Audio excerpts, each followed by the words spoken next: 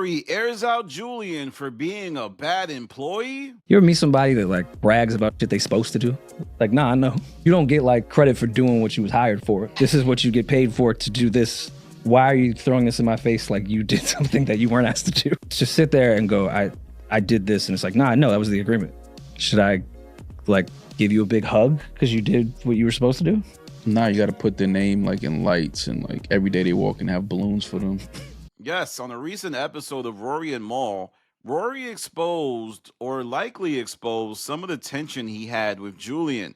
And it's centered on Julian essentially acting as if he should have gotten paid for the stuff that he was doing. But I think there's something else going on. I did broach this in a previous video that maybe the source of the tension between Julian and Rory and Mal was that Julian wanted to get paid not just for his behind the scenes work, but also for the co-host role that he would assume after joining the show. Now, for those of you that don't know, Julian was initially hired as a producer, and he was hired above Damaris, which was this whole thing, and it was why Damaris and Julian had tension for a little bit. Yeah, I mean, to be frank, the transition, it wasn't handled. It was mismanaged entirely. There was no conversation between Damaris and I. There was no, sit down or like change of power or like, here's the new structure, here how it's going to. It was just like, here's Julian, he's in your chair now. If someone's joining a company, you should properly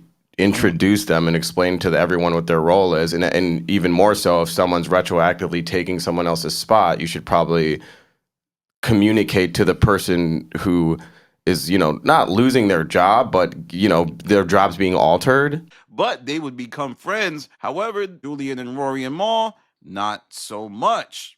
And as Julian started to develop more of an on-camera personality, one can't help but assume that Julian felt as if he was underpaid, which I think Rory is kind of getting at in this clip here. Now, they don't say Julian's name, but it's pretty clear to me that that's who they're talking about. Now, let's give some insight into Julian's time on the show. He was a former producer and on-air contributor to the new Rory and Mal podcast, and he was let go early in 2025 after requesting a pay raise. Well, that's what Julian said. Did you ever approach them and say, hey, based on these metrics, I would like more money?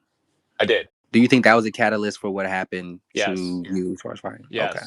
I think people are missing what was just said. You said you asked for more compensation, and that's when this happened. One of many. It's not the only thing. Sure. Yeah, I'm comfortable saying that. However, Rory and Mal, they have a different type of story. I think they're trying to hint that Julian wasn't doing his job properly. Want to respect Julian, and I want to get into any messy bullshit. But you kind of explain it's a conflict of interest. I think the role gets a little cloudy. The role gets cloudy when you're also on mic.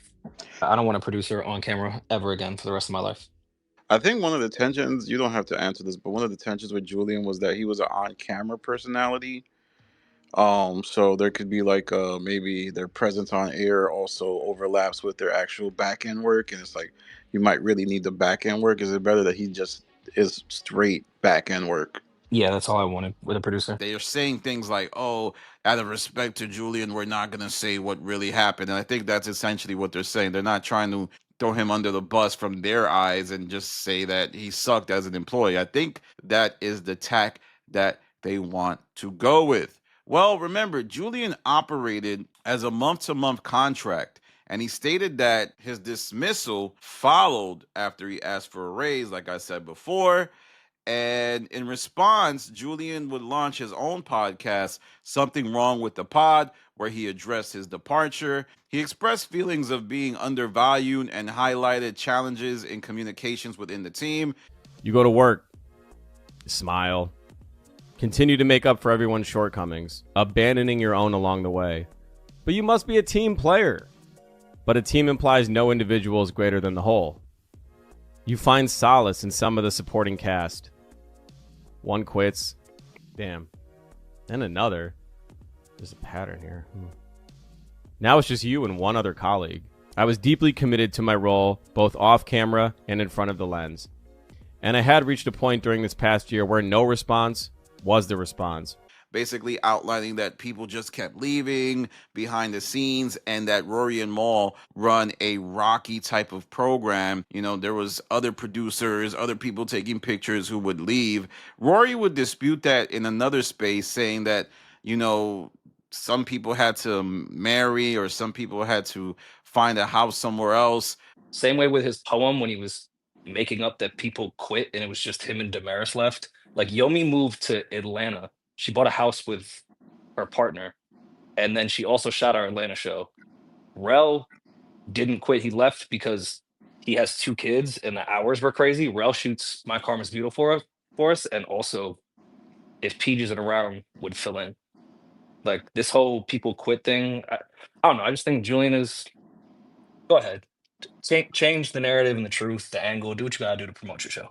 But I do wonder what those people behind the scenes would have to say. Now, ever since Julian left the Rory and Mal podcast, there have been public exchanges between Julian and his former employers. Julian's decision to speak with Joe Budden was a big one. I mean, he was previously critical of him, and it drew attention and criticism of Rory and Mal, who viewed the move as kind of oppy. How do you feel about Julian joining Joe today? Like, I think it says more about him than it does anything. That's all.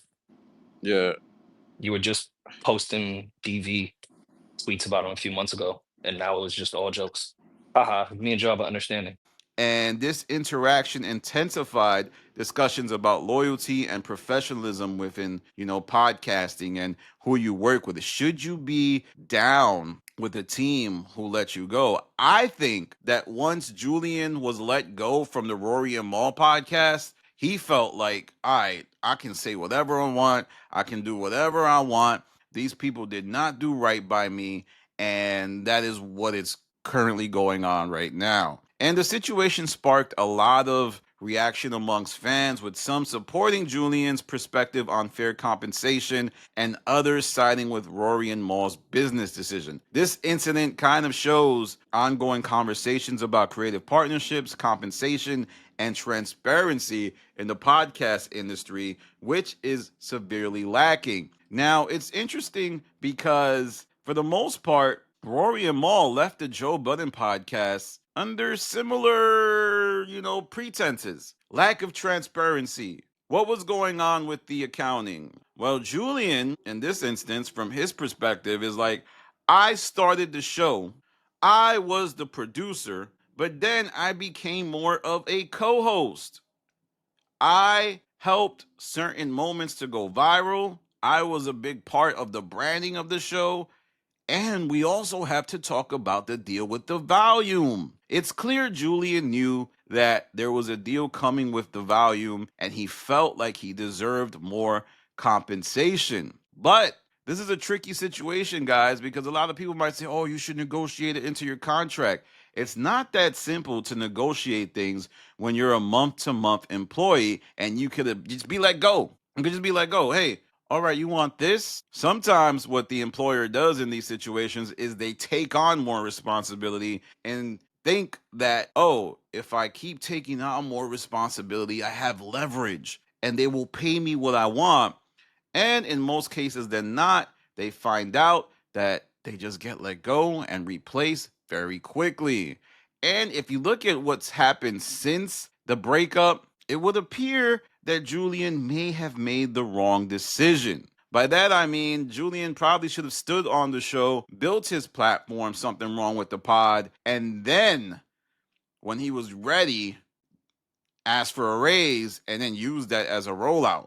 From what I observed early in 2025, it seemed like he asked for the raise and then was waiting to see what happened.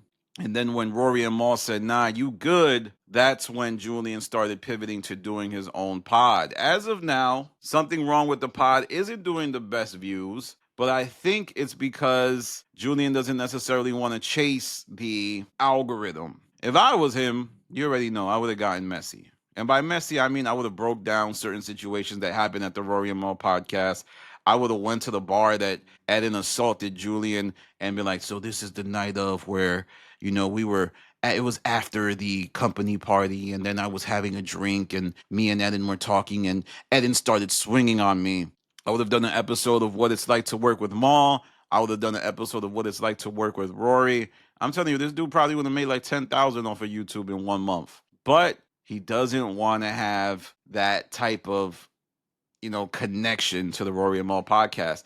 And it is something that is at the core of a lot of folks. Sometimes people would rather save their mental health because making content about breakups that you're involved with can hurt or dampen your mental health. And I think that's what Julian was doing with that. But let me know what you think about Rory's comments. Do you feel like he was being a little bit myopic and just giving his side of the story? Or do you feel like he was trying to, get ahead of the narrative? I mean, this is a fresh breakup. This just happened a few months ago, and the tension is still pretty big, and people are at odds, and we will have to see how everything plays out because they're going to be talking about this for years. I'm sure in a few years, Julian is going to tell exactly everything that happened, and I'm sure in a few years, Rory and Maul will tell everything that happens. Right now, they're trying to keep posturing and do the whole, oh no, we don't want to make statements because we don't do that type of stuff. That's for the broads, that's for the birds. We don't do that.